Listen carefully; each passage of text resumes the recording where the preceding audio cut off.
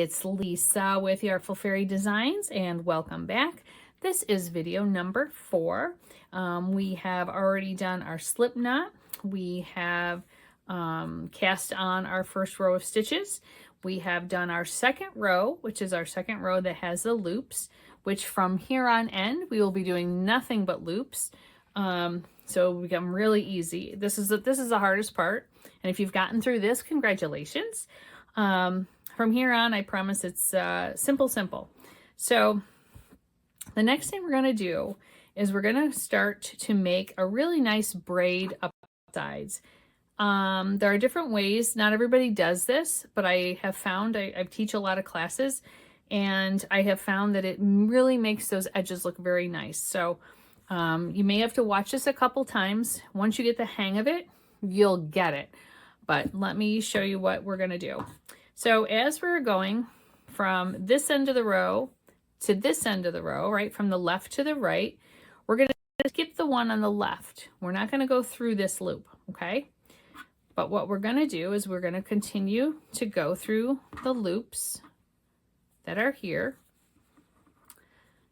Okay, so you're just going to go through the back, just like we've been doing through all our other loops. Make sure you pull them up. Okay, make sure you get them all. All right, and now when we get to the end of this row, we get this little guy hanging out here, and we want to make sure we get him, okay? Because that's going to start to make our braid. You never want to leave one sticking out, okay? At the end, you want to make sure you're really conscious of picking those up. So now we're going to go to the left, and when we head back direction, we do skip that first one, okay? And we're just going to go through our loops just like we did. Nice and easy. Like that. Okay? And now we've reached the end of that row, and look, here's this guy hanging out. Well, we got to catch him. If we don't catch him, what happens is, I've had people that have left him. When you don't catch him and you just go back, you end up with him hanging here and then this going kind of wonky. So always make sure, be very conscious of the very ends, okay? It's easy to miss these. Not impossible to grab them, but easy to miss them if you're like in a group of people or just not paying attention and watching TV or doing something else. So, okay. So notice I picked it up, right? It was at the end of the row.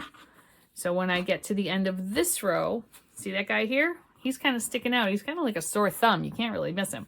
So we're going to make sure we catch him. Okay.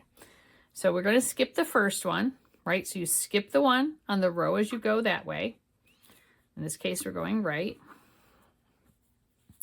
And then you go ahead, continue on. Okay.